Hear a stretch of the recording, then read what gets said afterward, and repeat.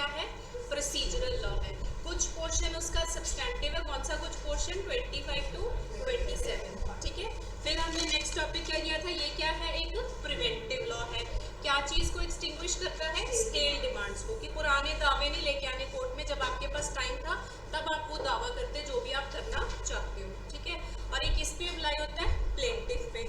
ये डिफेंडेंट पे जनरली नहीं अप्लाई होता, but there are exceptions to everything, right. Next हमने क्या किया था, हाँ जी नेक्स्ट टॉपिक क्या किया था, yes, it can only applied in courts, ये क्वाज़ी जुडिशियल बॉडीज में नहीं लगता।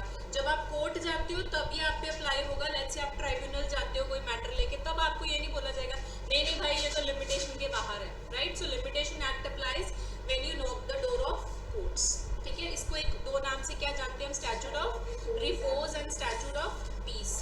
आसान है याद रखना, ये शांति चाहता है और पुराने मुद्दों को दफनाना चाहता है कि बस हो गया, टाइम निकल गया, मुद्दे खत्म, राइट। नेक्स्ट भी सिर्फ की सिविल केसेस में होता है, जनरली क्रिमिनल में भी होता है इन सर्टेन एक्सेप्शंस, जहां लॉ एक्सप्रेसली कहता है कि ऐसे केसेस में ये अलाउड होगा, ठीक है। सो क्राइम के कुछ केसेस हैं वो अपील वगैरह है, 113, 114, 131 आर्टिकल एंड 132, राइट। ये सारा हम कल कर चुके हैं।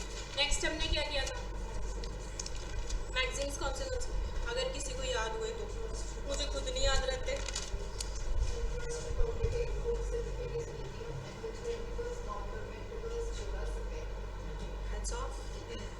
She actually said the correct this thing. मुझे याद नहीं रहते। अच्छा मीनिंग भी समझा दो, क्या मीनिंग है?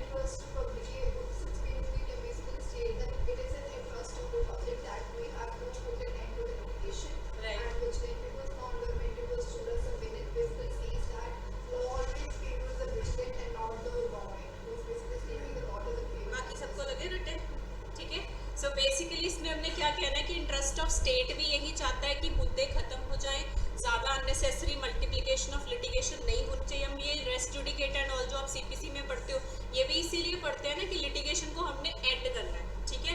सेकेंड ये बिकॉज ये इंटरेस्ट ये है कि विजिलेंट जो था उसको तो राइट्स दो, जो पहले सोया हुआ था अब सडनली उठ के आ जाए 15 साल हो गए भाई मेरा केस पेंडिंग है, तो उसको हम अलाउ नहीं करेंगे, ठीक है। नेक्स्ट क्या किया था हमने, केसेस, हाँ जी कौन सा सबसे इम्पोर्टेंट केस है, PNB and others versus Surendra Prasad Sinha, जो आपने पक्का लिखना, हमने सारा डायलेटरी टैक्टिक्स नहीं होने चाहिए, ये सब चीज़ों का आपने रेफरेंस देना। The second case was Chiranjeev, ठीक है। Next case was Mangu versus Kanhai. What was the last case, Sukru versus Tanaji. इनके एक वर्ड आपको मेजर है जो याद रखना, इसके अलावा there is nothing else that you need to do. सिर्फ आपने इनमें से एक ही केस है जिसके फैक्ट्स करने हैं, जो मैं आपको जेरोक्स प्रोवाइड कर दूंगी पीएनबी वाला, उस पर स्टार बना लो, उस पर लिख लो आपको उसके फैक्ट्स करने हैं। The facts of that case are very very important, ठीक है। नेक्स्ट टॉपिक हमने क्या था, लेट्स से मैं और जस्मीन एग्रीमेंट कर लेते हैं कि हमारे केस में लिमिटेशन अगर लॉ में 3 साल है, हम 15 साल करेंगे। Can we do such an agreement, no. अगर आप ऐसा कोई भी एग्रीमेंट कॉन्ट्राडिक्टरी टू लिमिटेशन करते हो वो क्या हो जाएगा, वॉइड एंड अनइनफोर्सेबल। यहाँ पे क्या लगता है जिसकी वजह से वॉइड होता है, कॉन्ट्रैक्ट्स के कौन से सेक्शन, सेक्शंस बताओ, 20, हाँ 20 की लाइन भाई पास हो, अभी कॉन्ट्रैक्ट्स करके हटे हो। वॉइड कौन सी सेक्शन से स्टार्ट होता था भाई, 25, 26, 27, 28, यहाँ पे 23 एंड 28 लगता है, ठीक है। घर जाके मेमोरी थोड़ी दुरुस्त करना, एक बार कॉन्ट्रैक्ट एक्ट उठा के दोबारा पढ़ना, राइट। पेपर तक ऐसे ही रेपिटेशन होता रहेगा। देन नेक्स्ट थिंग वाज, इसको हम बोलते हैं लेक्स फोराई, ठीक है। What was the next topic, ये क्या है, एग्जॉस्टिव लॉ है एंड प्रीएम्प्टरी लॉ है। प्रीएम्प्टरी मींस ये फाइनल है, आपको इसको जस्टिफाई करने की जरूरत नहीं कि 3 साल क्यों है, 12 साल क्यों है, अगर कह दिया तो कह दिया, right. Now let's start with the next topic, किसका, सर रिचर्ड वाली statement. The intention of law of limitation is not to create a right where there is none, ठीक है। अगर आपका कहीं राइट नहीं बन रहा, लिमिटेशन में एक्सटिंग्विश हो रहा है उस टाइम पे, तो वो एक्सटिंग्विश होने दे सकते हैं। हम ये नहीं कह सकते हम दोनों एग्रीमेंट कर लेते हैं कि 12 साल तक एक्सटेंड हो जाएगा, ठीक है। Not to extinguish a right there where there is one, let's say कहीं राइट था उसको हम खत्म नहीं कर सकते बाय मेकिंग, ये प्राइवेट अरेंजमेंट की बात कर रहे हैं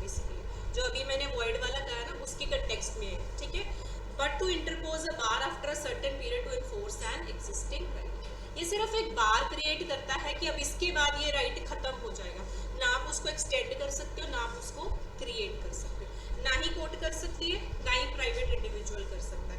कोर्ट किस केस में अलाउ करती है? सिर्फ अपील के केस में, ठीक है। दैट इज सेक्शन 5 जो हम डिटेल में करेंगे, that too for sufficient reason. So that mean section 5 में कोर्ट के पास कौन सी पावर है? मैंडेटरी और डिस्क्रिशनरी? डिस्क्रिशनरी, ठीक है। आप कोर्ट के पास जाके कहते हो मैं बीमार था, मेरा कुत्ता बीमार था, मेरा रिश्तेदार बीमार था, ये कोर्ट की मर्जी है, उसने ये चीज माननी है या नहीं माननी। That too in appeals, not in suits.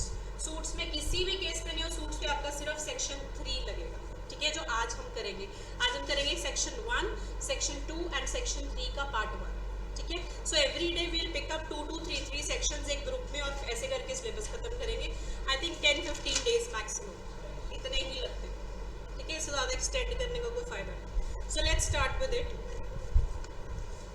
सबसे पहले देखते हैं इसमें पार्ट्स कितने। I hope every one of you is having the bare act, ठीक है। इसके लिए बेयर एक्ट जरूरी है, कॉन्ट्रैक्ट्स में जरूरी नहीं था, इसमें जरूरी है। सो बेसिकली इसके 5 पार्ट्स हैं। If we see the bare act it has 5 parts, but अगर सियाने बनो तो पेपर के लिए आपको बेसिकली 3 पार्ट्स पे फोकस करना है सिर्फ, ठीक है। First is section 3 to 11। Section 3 to 11 जो किस चीज़ की बात करता है? Limitation of suits, appeals and applications. Limitation of suits, appeals and applications, this is very very important part. 3 से लेके 11 तक, right? 3 to 11 limitation of suits, appeals and applications, right. Second है आपका 12 से लेके 24 तक, 12 से लेके 24 तक, जिसमें आप क्या करते हो? Computation of period of limitation, computation of period of limitation, ठीक है। सो बेसिकली आप इसमें पीरियड ऑफ लिमिटेशन कैलकुलेट करते हो। Then the next is 25 to 27। ये पार्ट्स, इसका मतलब ये कि ग्रुप ऑफ सेक्शंस है जो हम इकट्ठे पढ़ेंगे, ठीक है। 25 to 27 किस चीज़ की बात करता है? Acquisition of ownership, acquisition of ownership by possession,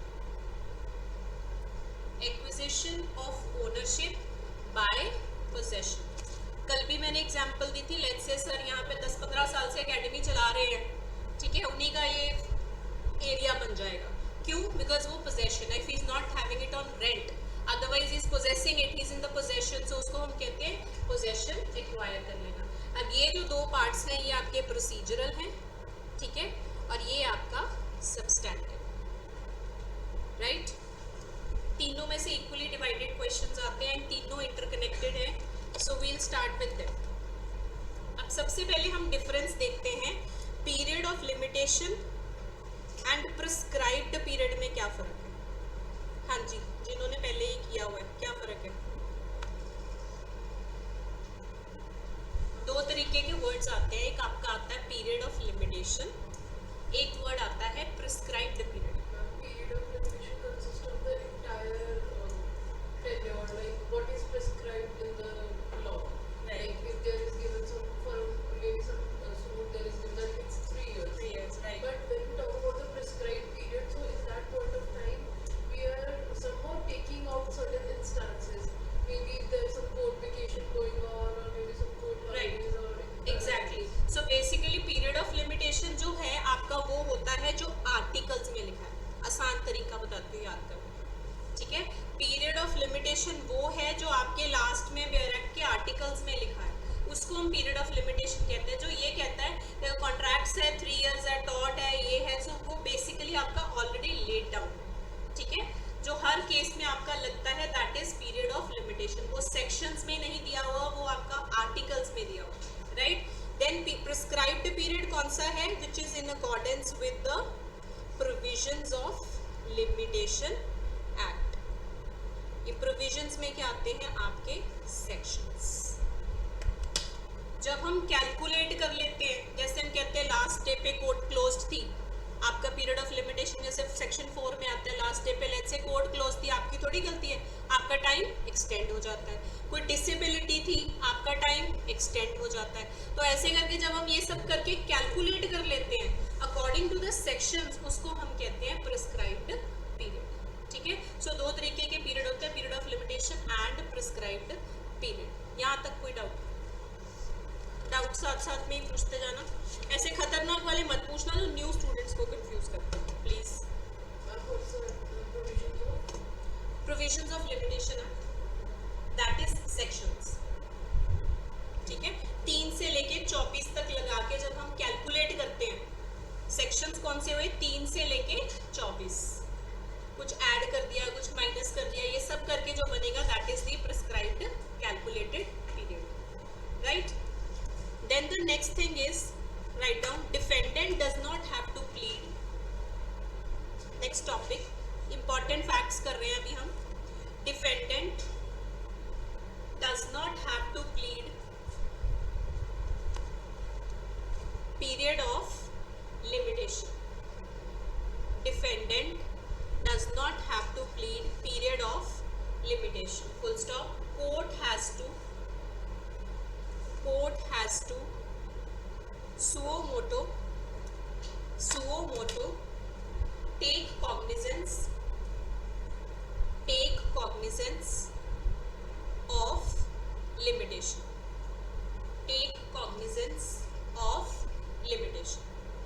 ठीक है, सो बेसिकली हमने क्या किया कि कोर्ट्स में अप्लाई होता है, क्वाजाई में नहीं होता, सिविल में होता है जनरली, क्राइम में नहीं होता। ये हम सारे इंपॉर्टेंट फैक्ट्स कर रहे हैं पहले।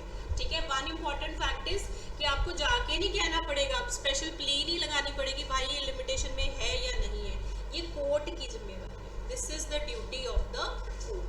ठीक है, नेक्स्ट पॉइंट है condonation of period of limitation. condonation of period of limitation. period of limitation कौन सा था, जो आर्टिकल्स में दिया हुआ है। ठीक है, अगर जो आर्टिकल्स में दिया हुआ है उसको अगर हमने चेंज करना है, कुछ उसमें हम रीजंस देते हैं कि ये बीमारी हो गई थी, ये हो गया था, हम उसमें कुछ करना चाहते हैं, तो कौन कर सकता है उसको, कोर्ट। कब कर सकता है, फॉर सफिशिएंट रीजंस। कौन सा सेक्शन अप्लाई होगा, सेक्शन 5। और किस केसेस में होगा, ओनली अपील। इसमें सूट्स में आपका डिले कंडोन नहीं हो सकता, बिकॉज ऑलरेडी आपको इतने साल दिए जाते हैं, सो उसमें ये ऑप्शन नहीं एग्जिस्ट करती। ठीक है, now the next thing is, हाँ जी, limitation act. Next point, limitation act prospective operation होता है, retrospective.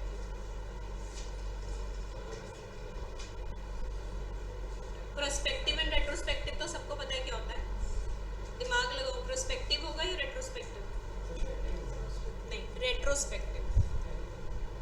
Yes, it has retrospective operation. There are certain facts जिस पे आप लोग नहीं इसके बारे में सही जानकारी रखते, इसीलिए फैक्ट्स लिखवा रहे हैं, otherwise I could have directly started with section 3, but I would also explain section 2, because definition जब तक आपको बेसिक समझ नहीं आई तो 3 समझने का कोई फायदा नहीं है, पहले आपको 2 से स्टार्ट करेंगे।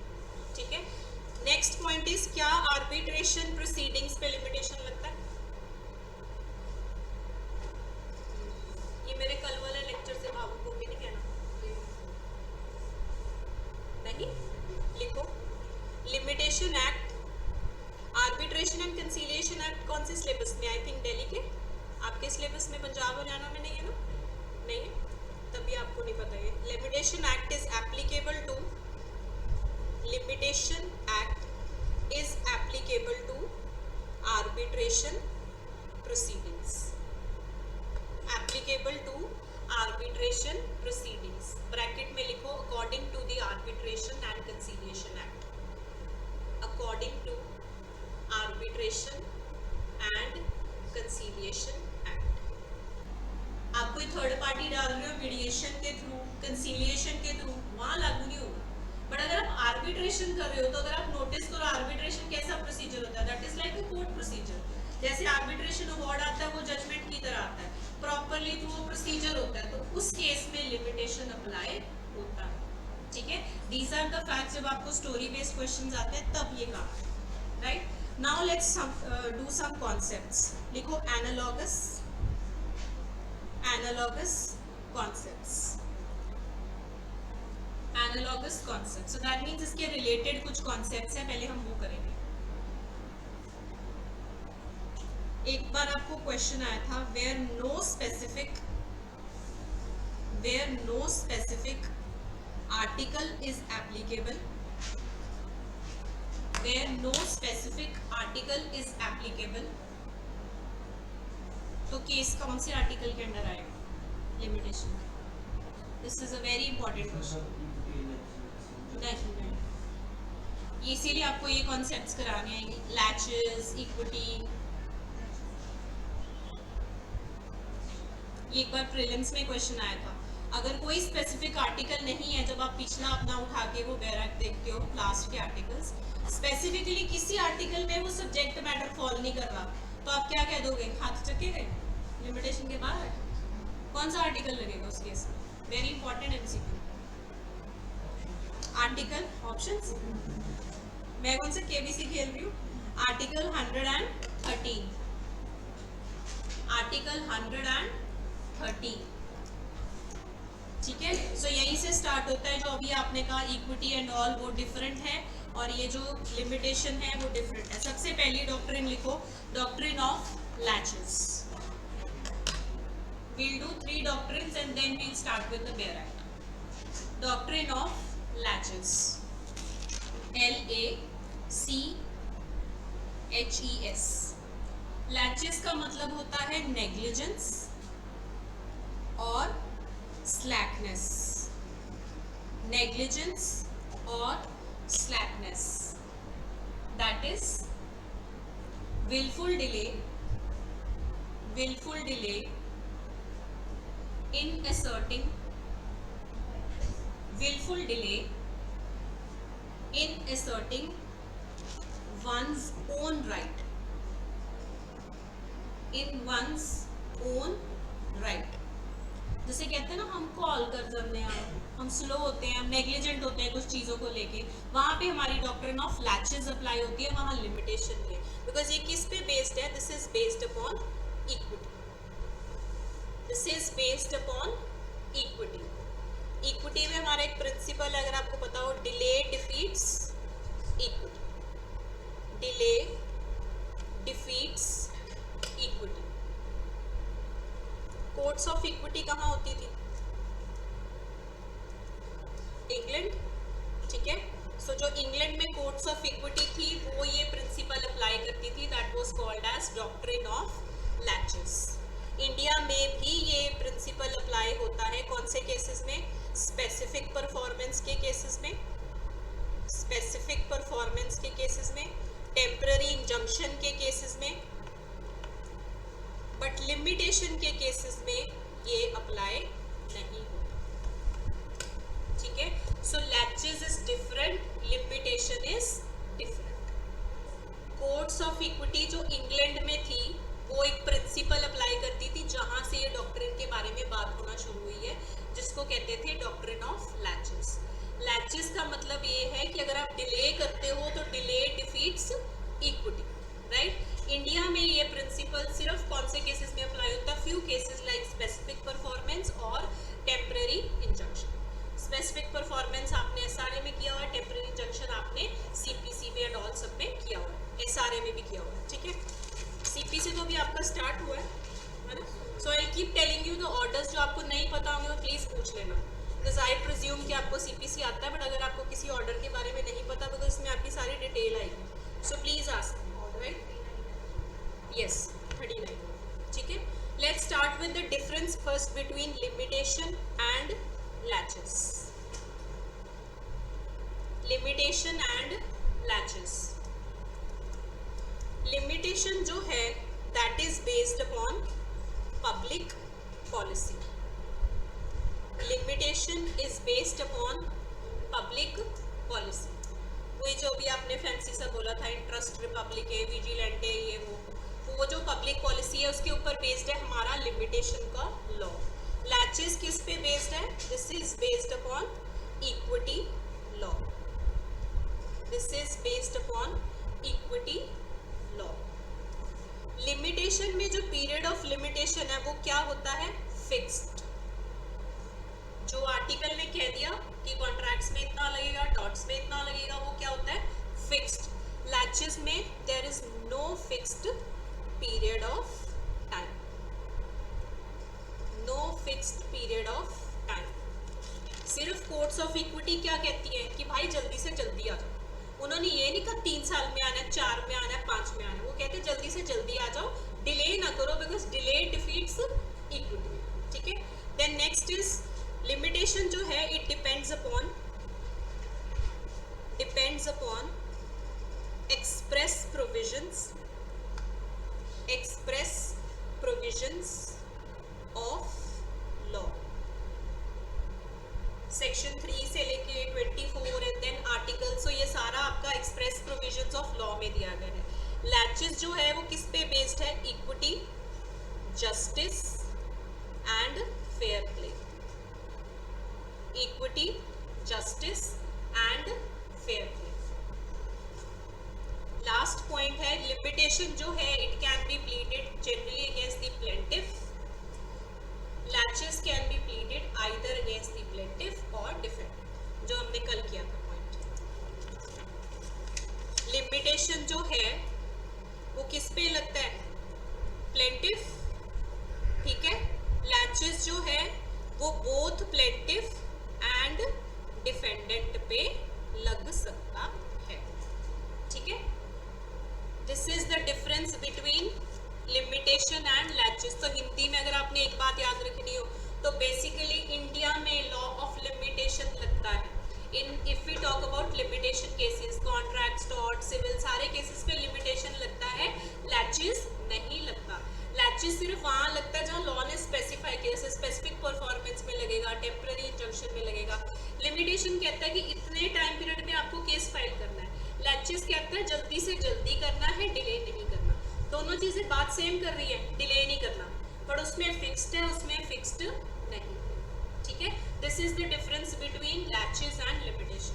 नेक्स्ट आता है आपका second doctrine, that is doctrine of acquiescence. Doctrine of acquiescence क्या होती है? जिन्होंने ऑलरेडी किया होगा उनको आता होना चाहिए। बेसिकली एस्टॉपल की तरह।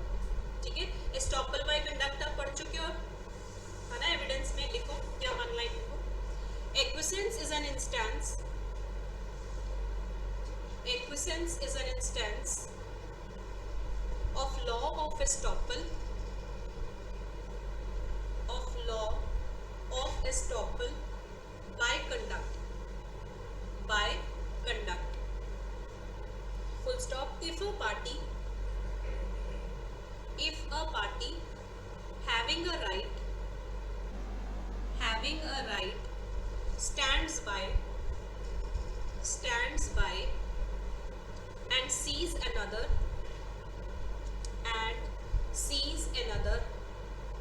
acting in a manner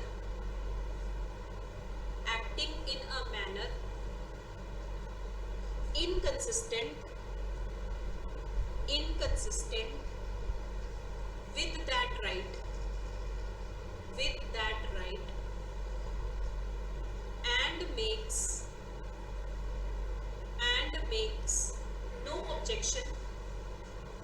with that right and makes no objection while that act is in progress, comma, he cannot afterwards complain.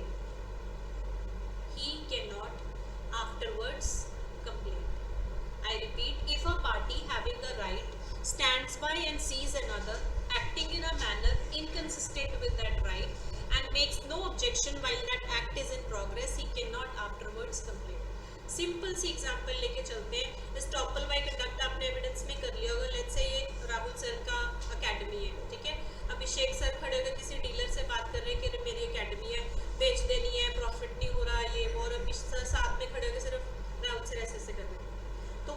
Normal इंसान को क्या प्रूफ देगा कि वो कंसेंट दे रहे हैं उस एक्ट की, ठीक है। अगर आपने पहले ऐसे ऐसे कर दिया, बाद में जब सब कुछ डन हो गया, बिग बुक हो गया, बाद में बोलो भाई मैं ओनर था, मैं तो ऐसे ही खड़ा था, मैंने तो सुना ही नहीं कुछ, तो उस टाइम आप पे क्या अप्लाई होगा, एस्टॉपल बाय कंडक्ट। उसको जब हम एविडेंस में लेते हैं, क्राइम के एंगल से लेते हैं, उसको हम कहते हैं एस्टॉपल बाय कंडक्ट। जब हम उसको सिविल एंगल से लेते हैं, लिमिटेशन के, उसको कहते हैं डॉक्ट्रिन ऑफ एक्विजिशंस, ठीक है। उसके और उसमें डिफरेंस देखेंगे हम। लिमिटेशन जो है, सबका डिफरेंस देखना है हमने लिमिटेशन से। लिमिटेशन एक रूल ऑफ लॉ है, ठीक है। लिमिटेशन जो है एक रूल ऑफ लॉ है, किस पे अप्लाई होता है, जनरली प्लेंटिफ पे, जनरली प्लेंटिफ पे। एक्विसेंस जो है वो एक रूल ऑफ एविडेंस, एक्विसेंस जो है वो एक रूल ऑफ एविडेंस होता है। किस पे अप्लाई होता है, प्लेंटिफ और डिफेंडेंट दोनों।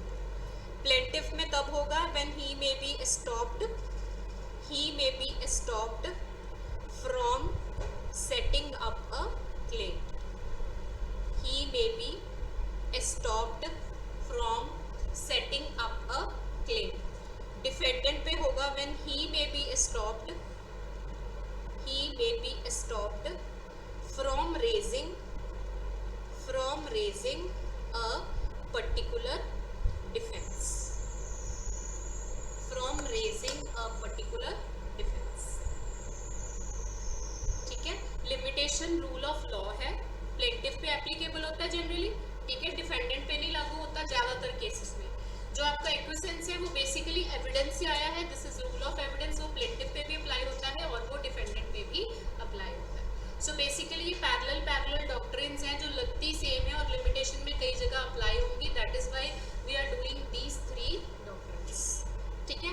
अगर ये नहीं भी आपको ज़्यादा आती, ज़्यादा आपको मटेरियल नहीं भी पता है, कोई भी आपको पेपर में ये डॉक्ट्रिन्स एक्सप्लेन करने को नहीं है, ट्रस्ट मी कभी भी क्वेश्चन नहीं आता, जस्ट बिकॉज ये बेसिस है इसीलिए आपको इंट्रोडक्टरी क्लासेस में करवाया जाता है, so don't stress about it, ठीक है। थर्ड आता है doctrine of prescription, stop from raising a particular defence. Last है प्रिस्क्रिप्शन, लास्ट इज प्रिस्क्रिप्शन। क्या होती है प्रिस्क्रिप्शन, हाँ जी, what is prescription, kind of, yes, kind of adverse possession लिखो। prescription is the acquisition, prescription is the acquisition of title, prescription is the acquisition of title by possession of property, by possession of property for the prescribed period, for the prescribed period, full stop. It confers a right upon that person, it confers a right upon that person. So prescription का मतलब क्या हुआ, acquisition of title bye possession of property. कोई property आपके पास 10 साल से है, 20 साल से है, आप उसके पोजेशन पे लेट्स से कहते हैं ना किसी चीज़ की रजिस्ट्री होंगी, तो कोर्ट आपको क्या कहती है, पोजेशन प्रूव कर दो, ठीक है। अगर आप पोजेशन प्रूव करते हो, आप किस चीज़ के लिए प्रूव कर रहे हो, पोजेशन, टाइटल की लड़ाई के, ठीक है। सो अगर आप पोजेशन प्रूव कर देते हो, वो टाइटल आपका हो सकता है, that is said bye prescription. अब एक लाइन और लिखो, इन ancient India, in ancient India there was only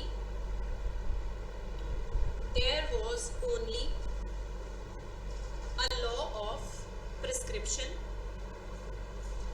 there was only a law of prescription and no limitation law, and no limitation law.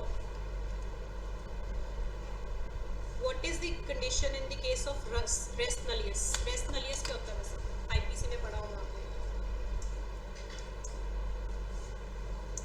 IPC तो हो चुका आपका। What is res nullius? आप basic classes से नहीं start करते, आप direct section से स्टार्ट करते हो, ये बेसिक थिंग्स है ना बेसिकली। अगर आप नहीं भी पढ़ते ना बुक्स में, इंट्रोडक्टरी जो बेसिक 5-6 पेजेस होते हैं, वो जरूर पढ़ा करो। उनमें ऐसे कॉन्सेप्ट्स होते हैं। रेस्ट नलियस का मतलब क्या होता है? Thing which has no owner. कभी नहीं सुना आपने? Thing which has no owner known in law. ठीक है, res nullius is thing which has no owner in law. उसमें there is no prescribed period, no prescribed period. इसका मतलब क्या हुआ? जैसे हम कहते हैं ना acquisition of title by prescription, जब हम बात करते हैं हम कहते हैं कि अगर ये जमीन पिछले 20 साल से आपके पास है तो ये आपका हो गया। ठीक है, वहां पे टाइम पीरियड फिक्स किया होता है ना, 20 साल 30 साल। रेस्ट नलियस जो होता है दैट मींस जो चीज का कोई लीगल ओनर नहीं है, तो इस केस में कोई भी प्रिस्क्राइब्ड पीरियड नहीं होता। ठीक है, this is one of the important facts of IPC. जब दोबारा पढ़ोगे आईपीसी तब आप इसको जरूर पढ़ोगे। So we are done with the facts, now let's start with the syllabus and the test. इसके बाहर आपको कोई क्वेश्चन नहीं आएगा, कोई भी क्वेश्चन ऊट पटांग आपको पढ़ने की जरूरत नहीं है। सिर्फ आपको इतना ही मटेरियल रिक्वायर्ड है। Rest of the notes you will get after the classes. Now let's start with barrack. खोलो पहले बैरक, पहले सेक्शन 1 से स्टार्ट करो। Read jasmine. Short title extended commencement. This act may be called the Litigation Act 1963. It extends to the whole of the India. It should come into force on such date as the central government make a notification in the official gazette about. ठीक है, तो इस पे तो कोई समझाने वाली बात नहीं है। This is basically the short title and the commencement of the act. अब स्टार्ट करते हैं सेक्शन 2 जो कि है आपकी डेफिनेशंस। जिन्होंने पहले किया उन्होंने डेफिनेशंस की हुई है, तभी मैं क्वेश्चंस की बौछार करूंगी। की हुई है? चलो देन बी रेडी। चलो let's start with definitions. Give the heading definitions. समझनी जरूरी है because then only you will be able to understand the concepts. सबसे पहली डेफिनेशन है सेक्शन 2A जो बात करती है एप्लीकेंट की। 2A talks about applicant. पहले बैरक से रीड करो। Applicant includes a petitioner. Wait includes means this definition is inclusive. ठीक है, ये एक इंक्लूसिव डेफिनेशन है दैट इज 2A जो बात करती है कि इसमें ये इंक्लूड होगा। बिकॉज कई डेफिनेशंस आपकी नेगेटिव होती हैं जो बात करती है कि दिस इज एक्सक्लूडेड, कई इंक्लूसिव होती है जो बात करती है कि ये चीजें इंक्लूडेड है। These are important for prelims. So ये बेसिकली इंक्लूसिव डेफिनेशन है। Read. Applicant includes a petitioner, any person from or through whom an applicant derives his right to apply, any person whose estate is represented by the applicant as executor, administrator or other representative. Second वाले की example दो पहले, जिन्होंने पहले classes लगाई। Read the second point again. First point तो सबको easy है, समझ आ गया होगा। सेकंड पॉइंट,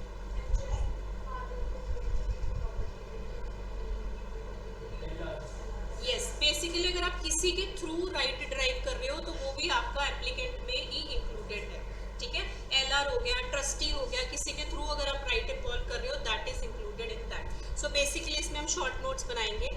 एप्लीकेंट का मतलब क्या होता है? Means one who applies, means one who applies, that is makes an application to the court, makes an application to the court. अब यहाँ वर्ड एप्लीकेशन है, अकेला पिटीशन नहीं है। ठीक है, that is what you have to see. दूसरा, ये डेफिनेशन कॉम्प्रिहेंसिव, ये डेफिनेशन कॉम्प्रिहेंसिव है बिकॉज इसने अपने लपेटे में ही किस किस को ले लिया? पिटिशनर को ले लिया, ठीक है, अपील वाले को ले लिया, सबको ले लिया। राइट, इसने स्पेसिफिक वर्ड पिटिशनर नहीं यूज किया, बड़ी कॉम्प्रिहेंसिव है, इसने सारे ले लिए जिसके थ्रू राइट है, जिसका राइट है। सो दैट मीन्स बेसिकली हमने क्या देखना है? जो कोर्ट में अप्लाई कर, उसको हम कहते हैं एप्लीकेंट। ठीक है, नेक्स्ट प्लेंटिफ और एप्लीकेंट में डिफरेंस क्या होता है? प्लेंटिफ एंड एप्लीकेंट, प्लेंटिफ वाली साइड देखो, denotes only the person, denotes only the person who actually institutes actually institutes the suit and not any party through whom such plaintiff claims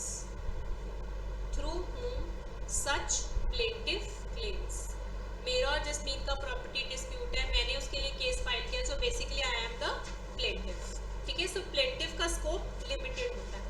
applicant covers a lot of things. ठीक है, applicant वाली side लिखो, includes a person through whom an applicant derives his title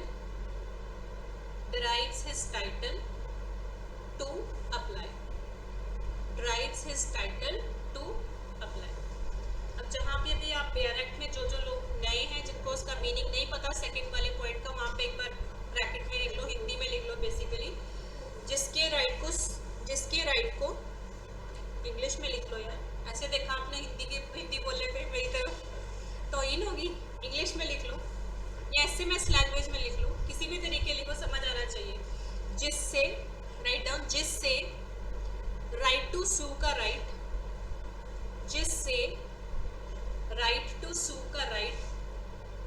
मिल रहा, तो that mean जिसके through से right मिल के आ रहा है वो भी एप्लीकेंट में इंक्लूडेड. अगर आपने एग्जांपल लिखनी है वो भी लिख लो. ए परचेजेस, नोट्स में लिख लो, A purchases at an auction cell,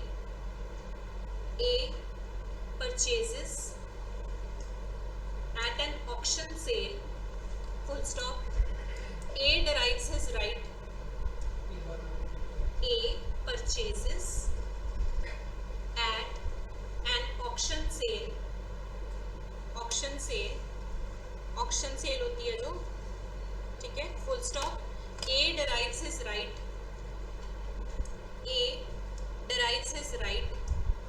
through the judgment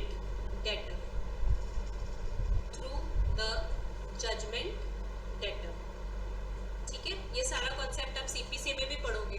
उसमें होता है ना, जजमेंट डेटर की प्रॉपर्टी है, वो आके ऑक्शन में कोर्ट नीलामी कर रही है. सो बेसिकली आपका जो राइट है वो कहाँ से निकल के आया है? उसी बंदे की वजह से, उस जजमेंट डेटर की वजह से. ठीक है, आपने जैसे फादर वाली एलआर वाली एग्जांपल दी थी, उतनी सिंपल नहीं आएंगी, थोड़ी टेक्निकल आती है, इसीलिए आपको ये एग्जांपल लिखवाई है.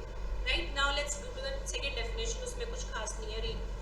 Application includes a petition. So basically this is also an inclusive definition to be application. This is also an inclusive definition जिसमें वो बात करते हैं जो एप्लीकेंट अप्लाई करता है उसको कहते हैं एप्लीकेशन, और उसमें इंक्लूड क्या होती है? Includes a petition. ठीक है, इंक्लूड्स अ पिटीशन. अब यहाँ एक ही पॉइंट इंपॉर्टेंट है कि ये न्यू डेफिनेशन है. This is the new definition. पहले जो 1908 में जो लॉ था उसमें डेफिनेशन अलग थी. ठीक है, 1908 में जो लॉ था उसमें डेफिनेशन अलग थी. 1963 वाले में ये न्यू डेफिनेशन. न्यू भी देखो क्या न्यू है इसमें, उन्होंने बोल दिया इट इंक्लूड्स अ पिटीशन. ठीक है, now let's come to the next, that is bill of exchange. Read. Bill of exchange includes the Hyundai and a check. What is Hyundai? Hyundai नहीं होता, वैसे हुंडी होती है. हुंडई तो आपने ऐसे बोला से गाड़ी खरीदने जा रहे हैं. हुंडी क्या होती है? हुंडी तो सुना होगा सबने. व्हाट इज हुंडी? इसीलिए डेफिनेशंस करवा रहे हैं ताकि आपको पहले कंसेप्ट क्लियर हो जाए, बिकॉज मैंने आपको सारे लिमिटेशन के फ्लो चार्ट्स बनवाने, हर सेक्शन का एक फ्लो चार्ट बनेगा. सो इसलिए पहले आपको कंसेप्ट पता होने चाहिए. ठीक है, यहाँ से आपका सिलेबस स्टार्ट हुआ है जो भी हमने 5 मिनट पहले स्टार्ट किया. सबको समझ आ गया एप्लीकेंट क्या होता है? जो अप्लाई करता है. ठीक है, एप्लीकेशन क्या होती है? Includes a petition. तीसरा है bill of exchange. Bill of exchange की जो डेफिनेशन है वो भी इंक्लूसिव है. ठीक है, इट इंक्लूड्स अ हुंडी एंड अ चेक. पहले ये बताओ बिल ऑफ एक्सचेंज क्या होता है? What is bill of exchange? क्या बिल ऑफ एक्सचेंज एक नेगोशिएबल इंस्ट्रूमेंट होता है? उसमें नेगोशिएबल इंस्ट्रूमेंट्स एक्ट लगता है, ठीक है। सो लिखो negotiable instruments act. Bill of exchange, bill of exchange is a form of, bill of exchange is a form of negotiable instrument, negotiable instrument covered under negotiable instruments act, negotiable instruments act कौन सी year का है? ना ना ये तो बहुत पुराना है। क्यों दिल तोड़ने में लगे हैं आज? सोचो कौन से ईयर का? पहले ब्रेक ले लो इसी बहाने 2 मिनट। यस 1881, ठीक है। नेगोशिएबल इंस्ट्रूमेंट्स एक्ट 1881, उसका जो सेक्शन 5 और 6 है वो हुंडी और चेक की बात करता है, ठीक है। सो इसमें लिखो चेक क्या होता है। A cheque is a bill of exchange, a cheque is a bill of exchange drawn upon a specified banker, जब आप चेक काटते हो सबसे पहले बैंक का नाम और बंदे का नाम आता है, ठीक है। drawn upon a specified banker and not expressed to be payable, not expressed to be payable otherwise than on demand, otherwise than on demand। Let's say Rahul sir ने चेक काट के दे दिया, मैं जेब में लेके घूम रही हूँ, तब तक उसकी कोई वैल्यू है नहीं। जब मैं जाके उसको बैंक में लगाऊंगी तब उसकी value. So this is like a bill of exchange है। ये मॉनेटरी ट्रांजैक्शंस, ये हुंडी हो गया, चेक हो गया, ठीक है। आजकल ये सारे जो आपके ऑनलाइन वेज ऑफ पेमेंट है, these are all the forms of bill of exchange. Then write down next, under the negotiable instruments act, under the negotiable instruments act, hundi is not included, hundi is not included within the definition of bill of exchange, but as per section 2 of Limitation Act 1963, hundi is covered under bill of exchange, hundi is covered under bill of exchange। तो negotiable instruments act क्या कहता है कि हुंडी is not a form of bill of exchange। क्यों, क्या कारण आएगा उसका? हुंडी होता क्या है? हुंडी कब से लगे हैं? पहले तो ये बता देती है मिडीवल पीरियड की बात हो रही है। बुक्स रीड करते होगे, हिस्ट्री किसी को इंटरेस्टिंग लगती है तो ये वर्ड बहुत आता है हुंडी। हाँ जी, basically this warrants a monetary payment. ये ट्रेड के टाइम पे यूज किया जाता है, ठीक है। लिख के, जैसे प्रॉमिसरी नोट होता है ना, लिख दिया जाता था, वादा होता था ट्रेड के लिए कि मेरे पैसे इतने बकाया है, ये पैसा आएगा। So this was a kind of monetary तसल्ली कि आपका पैसा आएगा, ठीक है। दैट वाज कॉल्ड एज हुंडी। सो hundi as per negotiable instruments act नहीं included, but as per section 2 of limitation act included है। ये फैक्ट्स आपको बुक्स में और यहाँ नहीं मिलेंगे, इसलिए आप ये नोट डाउन कर लेना जिसको डिटेल में लिमिटेशन के नोट्स चाहिए, ठीक है। अदरवाइज पेपर में नहीं आएंगी ऐसी चीज़। Then is 2D। 2D किस चीज़ की बात करता है? Bond. 2D talks about bond. हाँ जी read.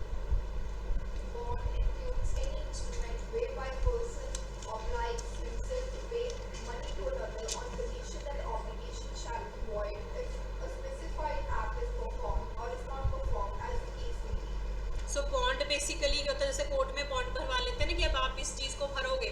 So bond basically is an agreement, it is an agreement, it is an obligatory instrument, obligatory instrument in writing which legally binds to pay sum of money, to pay sum of money. मैंने लिख के दे दिया कि मैंने इसको इतने पैसे देने हैं, इन राइटिंग दे दिया. अगर कल को जाके वो कोर्ट में चैलेंज कर दिया जाए तो this is a form of bond. Example दो बॉन्ड की. Surety bonds. आपके इसके लिमिटेशन के हिसाब से हमें बेसिकली प्रॉमिसरी नोट रीड करना है.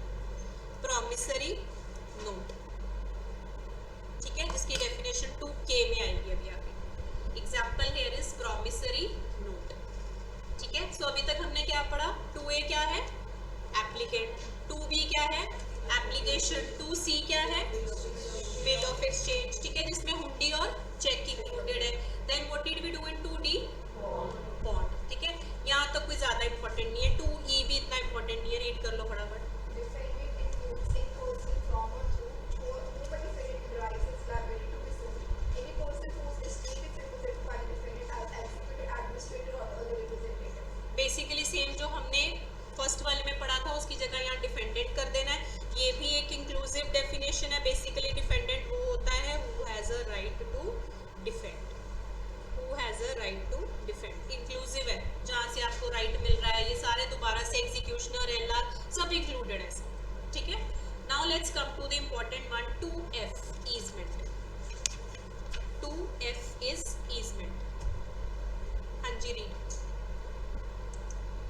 Easement includes a right not arising from a contract by which one person is entitled to remove and appropriate from his own profit any part of the soil belonging to another or anything owing him or attached to or subsisting upon the land of another. Easement पहले तो limitation act के कौन से sections में आता है? हम easement की डेफिनेशन क्यों पढ़ रहे हैं? 2F में हम ईजमेंट पढ़ रहे हैं. लग रहा है ना अटपटा सा कॉन्सेप्ट की. ये लिमिटेशन में क्यों आ रहा है ईजमेंट? ईजमेंट तो बेसिकली किस सब्जेक्ट का टॉपिक है? TPA, जो आप पढ़ चुके हो, है ना. सो क्या होता है ईजमेंट? इंजॉयमेंट करना किसी राइट का. ठीक है, सो इसमें बेसिकली क्या अप्लाई होता है? Indian easements act. कौन से ईयर का है? क्लास में ही रट्टे लगा लेंगे सारा कुछ अब. हाँ जी, कौन से ईयर का है? यस, 1882. ये अच्छा है, phone a friend is nice for that to confirm. ठीक है, इंडियन ईजमेंट्स एक्ट 1882. इसमें किस चीज की डेफिनेशन दी गई है? ईजमेंट की अंडर सेक्शन 4, राइट. बट वो हमारे लिए लॉजिकली यहाँ अप्लाई नहीं होगी. हमारे यहाँ कौन सी अप्लाई होगी? Section 2 sub clause F. जब आप TPA पढ़ते हो तो आप इंडियन ईजमेंट एक्ट के हिसाब से पढ़ते हो. जब आप यहाँ पढ़ोगे आप 2F की डेफिनेशन के हिसाब से पढ़ोगे. और section 25 to 27 of limitation act, उसमें सारा ईजमेंट है. इसीलिए हम इसकी डेफिनेशन 2F में पढ़ रहे हैं. ठीक है, लेट्स डू द डेफिनेशन. इसके क्या एसेंशियल्स हैं? First essential is right not arising from a contract. Right not arising from a contract. हवा पानी है, सनलाइट है, ये सब चीजें. ये कॉन्ट्रैक्ट तो नहीं होता कि भाई ये सीढ़ियाँ जा रही हैं यहाँ से. ये अगर सेकंड फ्लोर पे भी कोई होता, फर्स्ट थर्ड पे भी होता, तो वो भी यही सीढ़ियाँ यूज करता. ये स्पेशल तो नहीं हम कॉन्ट्रैक्ट साइन करते. सो this is not a right arising from a contract. Second essential is by which one is entitled to remove, one is entitled to remove plus appropriate for profit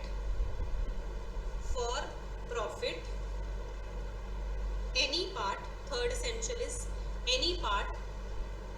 किस चीज का? soil, growing, attached, subsisting on land. immovable property की definition याद आई? उसमें यही सब कुछ पढ़ते हो आप TPA में. ठीक है, belonging to other, belonging to other, उसको हम कहते हैं easement. एग्जाम्पल लिख लो. right of fishing in another's waters. In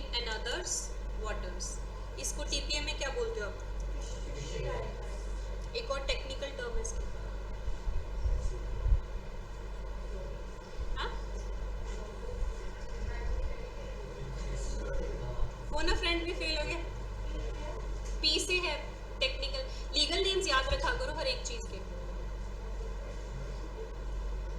TPA तो हो गया। सुना प्रॉफिट पेंड्रे करके कुछ सुना? मैं भी ना कहूँ। टीपीए की बुक जरूर उठाना, आज हो नहीं सकता कि आपने ये ना किया हो, पॉसिबल ही नहीं है। Profit a prendre, this is called as profit a prendre. अब सपोज पेपर में ये वर्ड आया हो, है सौखा सौखा पढ़ के जा रहे हो, ऊपर ऊपर की मलाई, तो वहाँ की कैसे पता लगेगा किस चीज की बात हो रही है? सपोज एग्जामिनर सब जगह वर्ड ही यही वाला यूज कर रहा हूँ खतरनाक सा, ठीक है। So this is called as profit a prendre, that is called as easy, ठीक है। नेक्स्ट डेफिनेशन जो कि बिल्कुल भी इंपॉर्टेंट नहीं है, read. Foreign country means any country other than India. Next Country. पेंड्रे, PRENDRE। Dominant, servient, heritage, ये सब पढ़ा होगा आपने। ये सारी चीजें इसी में आती हैं, प्रॉफिट ए पेंड्रे, डोमिनेंट, हेरिटेज, ये सब आपका टीपीए के कॉन्सेप्ट्स है, is meant for that matter, ठीक है। Nothing shall be revision classes की जरूरत है आपको। हाँ जी, next. good faith. Nothing shall be deemed to be good faith, which is not done with due care and attention. Good faith आपने भी कहीं पहले पढ़ा होगा, सेक्शन 52, ठीक है। सो आईपीसी में भी हम जब पढ़ते हैं तो ये सेक्शन 52 में पढ़ते हैं। वहाँ क्या फर्क है? वहाँ क्या वर्ड यूज किया जाता है? Due care and caution, due care and caution. यहाँ वर्ड क्या यूज हो रहा है लिमिटेशन में? ड्यू केयर एंड अटेंशन, है सेम ही चीज है। कौन सी होती है ड्यू केयर एंड अटेंशन? जो एक रीजनेबल इंसान से एक्सपेक्ट की जाती है, ठीक है। Next 2J। Relative includes any person from or through whom a plaintiff derives his right to sue, any person whose estate is represented by the plaintiff as executor, administrator or other representative. ये same है, ठीक है। Applicant, defendant and petitioner, ये सारे same है। Next Period of limitation means the period of limitation prescribed for any suit, appeal or application by this schedule. And prescribed period means the period of limitation computed in accordance with the provisions of this act. ये जो हमने first में difference किया, ठीक है, जो calculate करके निकला वो हमारा प्रिस्क्राइब्ड पीरियड, जो आर्टिकल्स में लिखा है वो पीरियड ऑफ लिमिटेशन, उसको POL कहते हैं, उसको PP कहते हैं, ठीक है, जब शॉर्ट फॉर्म्स यूज करोगे। Next Promissory notes means any instrument whereby the maker this is 2K। हाँ जी, absolutely to pay a specified sum of money to another at a time therein limited or on demand or at sign. इसको लिख लो। Promissory note के essentials क्या होते हैं? Basically this is an instrument, ठीक है, which has to be in writing. Second, third, it is an undertaking. Next, signed by the maker, signed by the maker to pay, to pay. कहाँ से आई है ये definition? Section 4 of negotiable instruments act 1881, ठीक है। Section 4 of negotiable instruments act 1881। So इसको कहते हैं हम प्रॉमिसरी नोट। बेसिकली उधार लेने के लिए ओल्ड टाइम्स में हम प्रॉमिसरी नोट साइन करते होते थे, ठीक है। आजकल तो प्रॉमिसरी नोट्स की इतनी वैल्यू नहीं रहेगी, but last ancient times and medieval times में ये प्रॉमिसरी नोट्स बहुत ज़्यादा प्रोमिनेंट होते थे, right. Next, suit. Suit does not include an appeal or an application. So suit का मतलब क्या हुआ?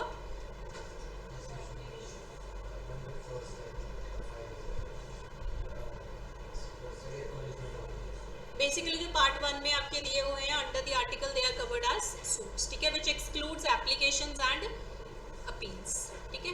बड़ी क्यूट सी definitions, excludes this, includes this, याद करनी भी सौखी हैं। एंड टू योर सरप्राइज अभी आप लास्ट के 10 मिनट में ये मुझे सुना के जाओगे सर, ठीक है।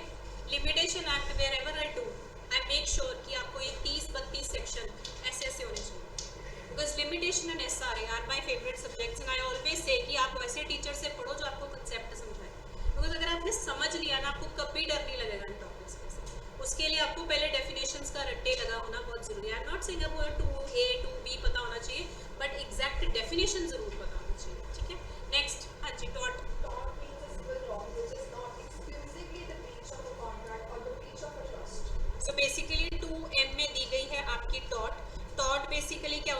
एक सिविल रॉन्ग। टॉर्ट कैसे पता लगता है? This is basically A deviation from right conduct, deviation from right conduct. Tort क्या होता है? आप एग्जांपल दो मुझे।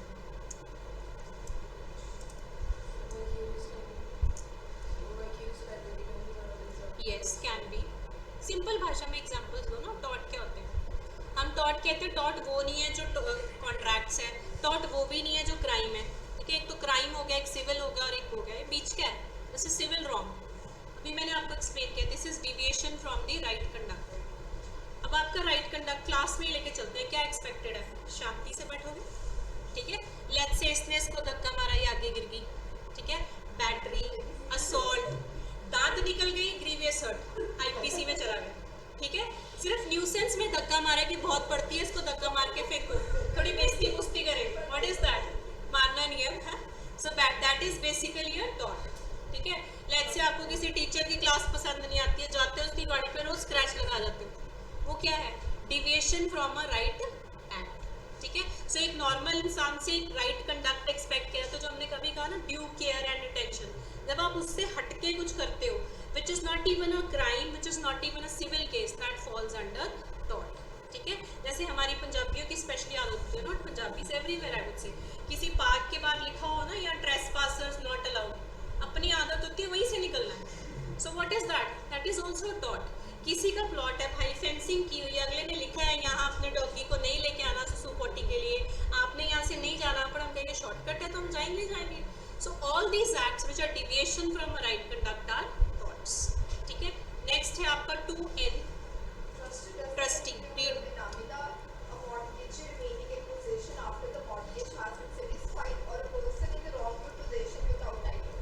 Write down trustee की basically this is a negative definition.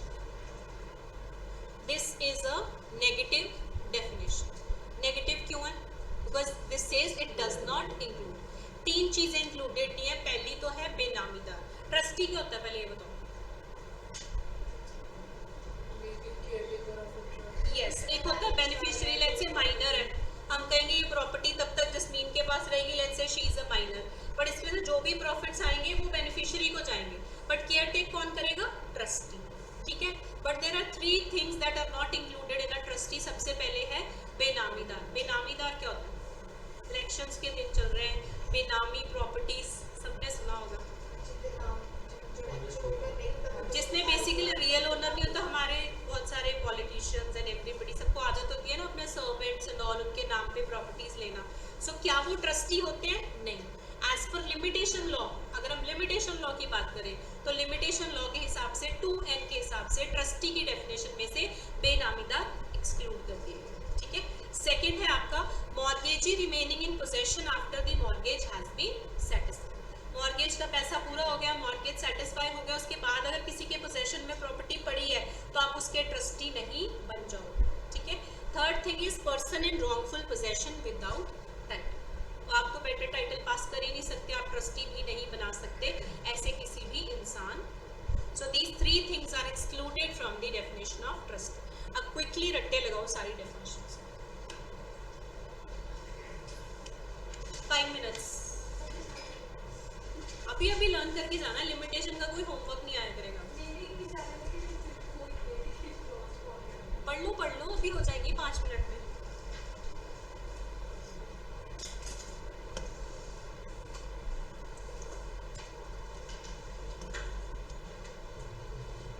All those who are online also, you also have to read the definitions. We'll do the learning thing also side by side.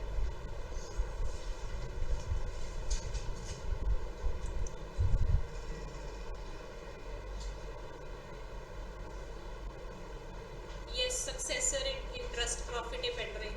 Arunima, very good. I actually read it now, but you were correct. Storing firecrackers next to petrol pump. आपने तो पूरा torts ही समझा दिया, torts की examples आई है। Good.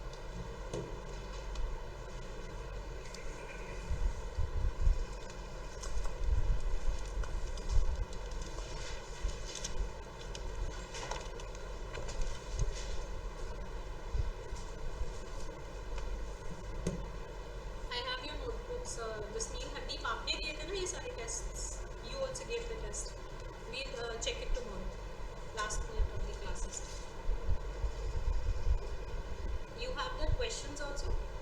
Uliana, please, जिसके पास भी है, because इसमें आपके आंसर राइटिंग में थोड़ी मिस्टेक्स हैं, तो मैं आपको उसके ऊपर प्रॉपर आंसर ही लिख के दे दूँगी. One specimen for all of you. ठीक है, कल करेंगे.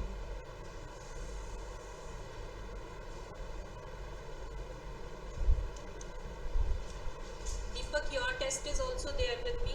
I'll give it tomorrow.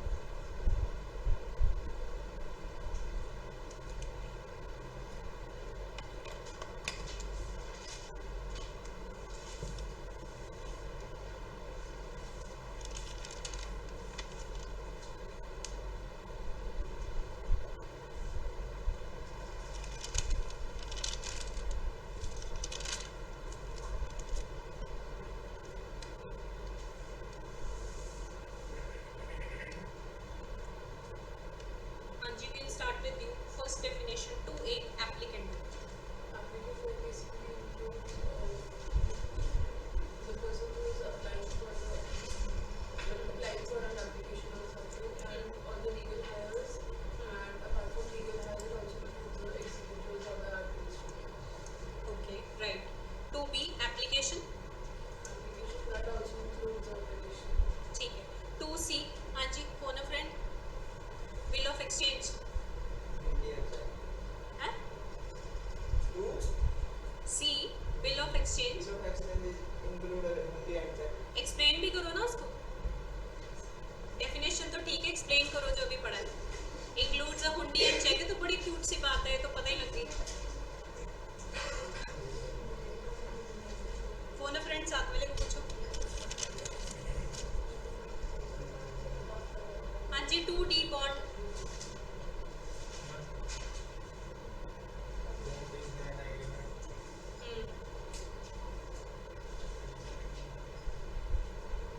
Basically obligatory instrument जिसमें आप एग्री करते हो टू पे. ठीक है, जिसे जैसे प्रॉमिसरी नोट हो गया. राइट. Next 2E, defendant. ये तो सेम है, इसको रहने दो. 2F, ईजमेंट कौन सुनाएगा? कौन? माइकल लाल ईजमेंट सुनाएगा. ये सबसे औखी डेफिनेशन है. हाँ जी, raise your hand if anyone can give me the definition, exact definition. ये आपको पता होनी चाहिए. Easement.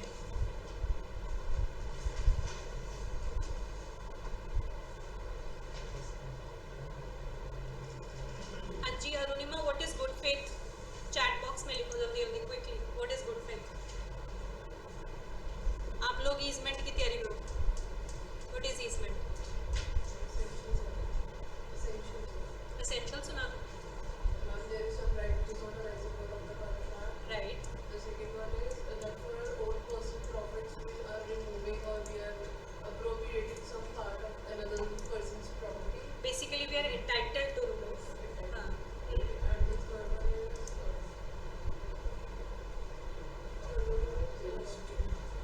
Arunima, good. Give care and attention. हाँ जी, next third essential. Any part of soil growing, ये वो बिलोंगिंग टू. another person. ठीक है. Next promissory note, 2K. हाँ जी Jasmeet, what is promissory note? अभी वहाँ तक पहुँचे ही नहीं, बड़े स्लो. हमने सेक्शन 3 शुरू करना है लास्ट के 10 मिनट्स में, उसका चार्ट बना के जाना है. It's instrument with a green writing and signed and by the people to pay. उसको कहते हैं promissory note, that is 2K. What is suit? ये सबसे औखी डेफिनेशन. कौन सुनाएगा? सूट इतनी भारी डेफिनेशन. वैसे सीपीसी में क्या होता है सूट?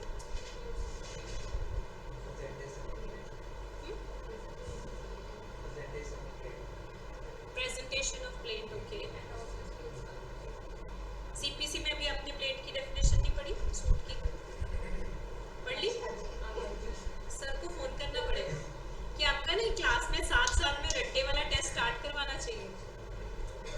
इसमें सीपीसी का बड़ी जगह रेफरेंस आना है, इसीलिए आपसे सीपीसी साथ में टेस्ट होती रहेगी. चलो अच्छा, ट्रस्टी सुनाओ. कौन सुनाएगा? What is a trustee? Basically, it excludes the belonging or maybe a mortgagee who is in possession of the property after the mortgage has been satisfied, or a person when he is not having an interest. So in that case also the interest will go to the beneficiary. Right.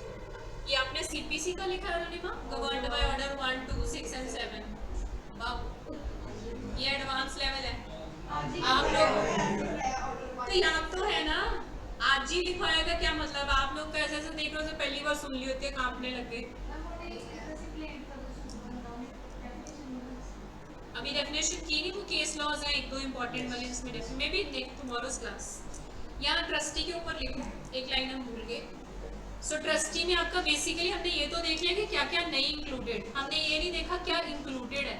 लिखो guardian appointed under guardians and wards act, under guardians and wards act is a trustee, guardians and wards act तो हो क्या होगा, हो चुका होगा। What is the year of guardians and wards act? तो उसके मुंह नीचे कर लिया, अभी किया नहीं, 1890। नेक्स्ट है रिसीवर अपॉइंटेड बाय कोर्ट, अभी किया नहीं किया अभी आपने ये laws. Guardians and wards act for your mains you have to do, main sections have to be done. In case आपने नहीं किया, खुद से भी बेयर एक्ट उठा के बेयर एक्ट है पढ़ लेना, ठीक है, बिकॉज इसका रेफरेंस काफी जगह आएगा, गार्डियंस एंड वार्ड्स एक्ट, ठीक है। बेयर एक्ट तो सभी थ्रू से हैं except for CPC evidence and ये, पर इनको समझना ही कला है बेसिकली, ठीक है। लास्ट एग्जांपल थी receiver appointed by the court, which is the article order 40। चलो मुबारक, हमारा सेक्शन 2 हो चुका है खत्म। किसी को कुछ नहीं समझ आया, शर्म नहीं फील करनी, व्हाट्सएप कर लेना अगर सबके सामने पूछ के हेजिटेशन होती है, बट सेक्शन 3 से सब कुछ समझ आना चाहिए। So let's first make the chart of section 3। We'll start that tomorrow, but इसका चार्ट स्टार्ट कर लेते हैं। रीड करो Jasmine, section 3 part 1। Subject to provision contained in section 424 inclusive, every suit instituted, appeal preferred, and application made after the prescribed period shall be dismissed, although limitation has not been set up as a defense. So let's first make the chart of section 3 subclause 1. Section 3 subclause 1. Section 3 subclause 1 क्या कहता है? Every suit, ठीक है, appeal या फिर application, suit appeal या application which is instituted, appeal preferred, application made. Now first let me give you a tip, जब भी आपको पेपर में लिमिटेशन पे क्वेश्चन सॉल्व करने को आए, ठीक है, अगर वो सूट पे आया है तो आपने भी यही वर्ड यूज करना है, सूट इंस्टीट्यूटेड। अगर वो अपील पे आया है आपने भी ये कहना है अपील प्रेफर्ड। एप्लीकेशन पे आया एप्लीकेशन मेड। अब आपको क्या फ़र्क पड़ता है अगर ये वर्ड यूज़ नहीं किया? मार्क्स पे फ़र्क पड़ता है, ठीक है, बिकॉज आपका लीगल लैंग्वेज लिमिटेशन में पहले ही सेक्शन में ये यूज़ हो रही है, suit instituted, appeal preferred and application made. कब?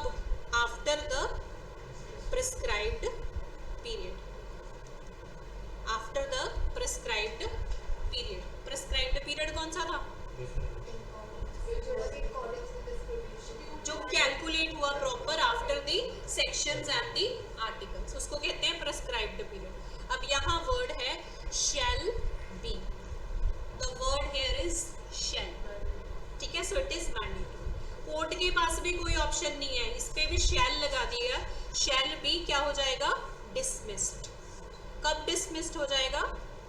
Although limitation has not been set up as defence, ठीक है। दोबारा एक बार पेयर रीड करो, first part. Subject to the provision contained in section 424, every suit instituted, appeal preferred, and application made after the prescribed period shall be dismissed, although limitation has not been set up as a defense.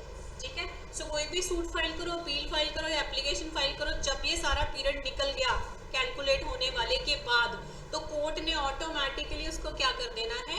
Dismiss, चाहे आपने limitation as an defence plead किया या नहीं किया। That means सामने वाली party ने चाहे आके बोला या नहीं बोला, लिमिटेशन में था या नहीं था, कोर्ट ने उसको ऑटोमेटिकली क्या कर देना है? Dismiss. The words you will use in your exam are very important. अब जब आप भी किसी लिमिटेशन वाले क्वेश्चन को सॉल्व करोगे,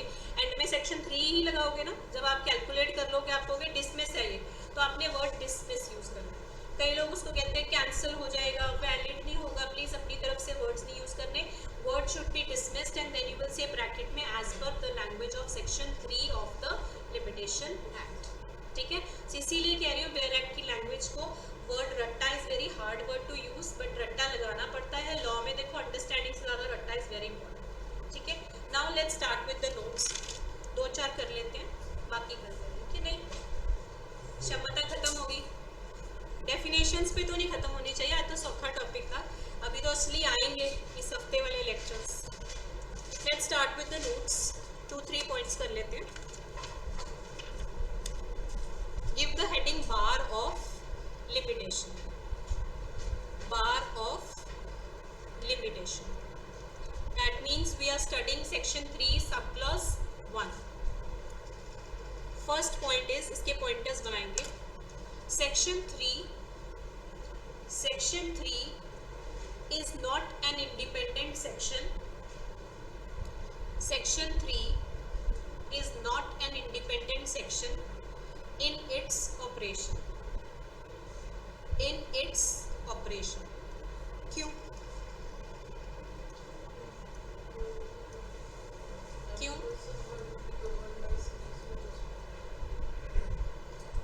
बेयर एक्ट की लैंग्वेज से बताओ क्यों? क्योंकि पहली लाइन में क्या लिखा उन्होंने, सब्जेक्ट टू सेक्शन 4 to 24. तो इसकी बेचारे की कल्ले की कोई औकात ही नहीं है. उन्होंने पहली लाइन में लिख दिया भाई तेरे ऊपर 4 to 24 बैठे हैं. ठीक है, जब तू 4 to 24 में से रिजेक्ट होके आ जाएगा तो तू 3 में आए. ठीक है, that is what is meant by the bare act provision. Next लिखो 4 to 24 are the exceptions to section 3. Are the exceptions to section 3. Full stop. If the case falls within section 4 to 24, comma, it will not be dismissed.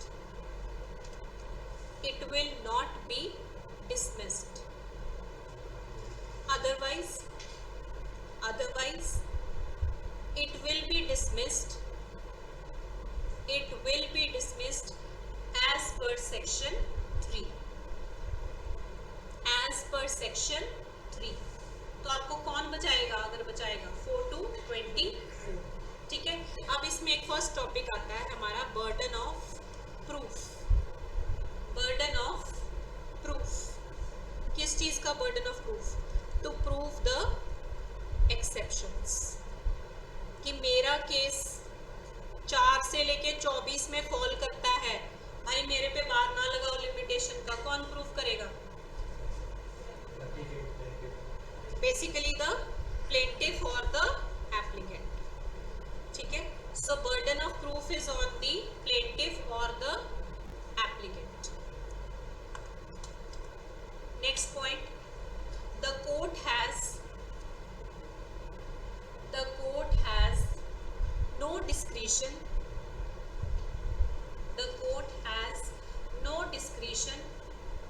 or inherent power to condone the delay if the suit was filed, underline the word suit, beyond the prescribed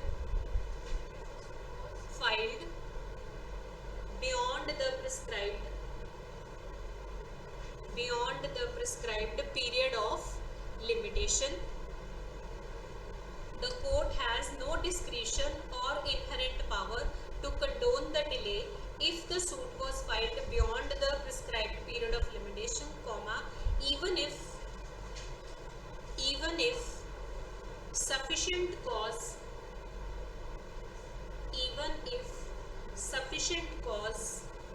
for delay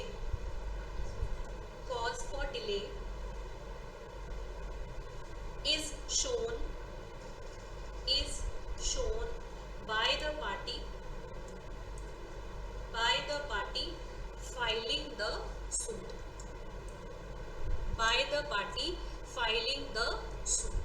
क्या मतलब समझ आया इससे? Suit word क्यों underline कराया? बड़ी बार कर चुके हैं पॉइंट. के रेफरेंस में, ठीक है। तो 3 ये सबके साथ ही रेड है with 4 to 24. So basically we are reading 3 in all context of all the sections. When we first read 3 with the context of section 5, तो ये कहता है कि जब सूट फाइल होना है तो उसमें कोर्ट के पास कोई पावर नहीं है, चाहे आप कोई भी बहाना ले आओ, कोई भी सफिशिएंट रीजन ले आओ, वो उस टाइम के बियॉन्ड आपको एक दिन भी ग्रांट नहीं कर सकते, ठीक है, चाहे वो सफिशिएंट रीजन कुछ भी था. बट अगर आप अपील की बात करोगे तो उस केसेस में कोर्ट आपको सफिशिएंट रीजन के बेसिस पे टाइम ग्रांट कर सकता है. That is the discretionary power of the court. Inherent power क्या होती है? सीआरपीसी आपको हो गया होगा. Yes, what is inherent power? ये दैट मींस यस, जो पहले से कोर्ट के पास पावर होती है, दैट मींस कोर्ट के पास एक इनहेरेंट पावर होती है कि कुछ चीज़ों में अपने हिसाब से कुछ कर सकते हैं, कि हम कॉग्निजेंस ले लेंगे या ये कर लो या वो कर लो. तो इनहेरेंट पावर के अंडर भी कोर्ट लिमिटेशन को सूट के केस में एक्सटेंड नहीं कर सकती. जो लिमिटेशन लॉ ने कह दिया बस वही हो, ठीक है. Rest of the things we do tomorrow because इसका काफ़ी सारे कॉन्सेप्ट्स हैं and this is important section. अब आप आ जाओ, आपका एक टेस्ट चेक करते हैं. This is your notebook. Rest of you will learn this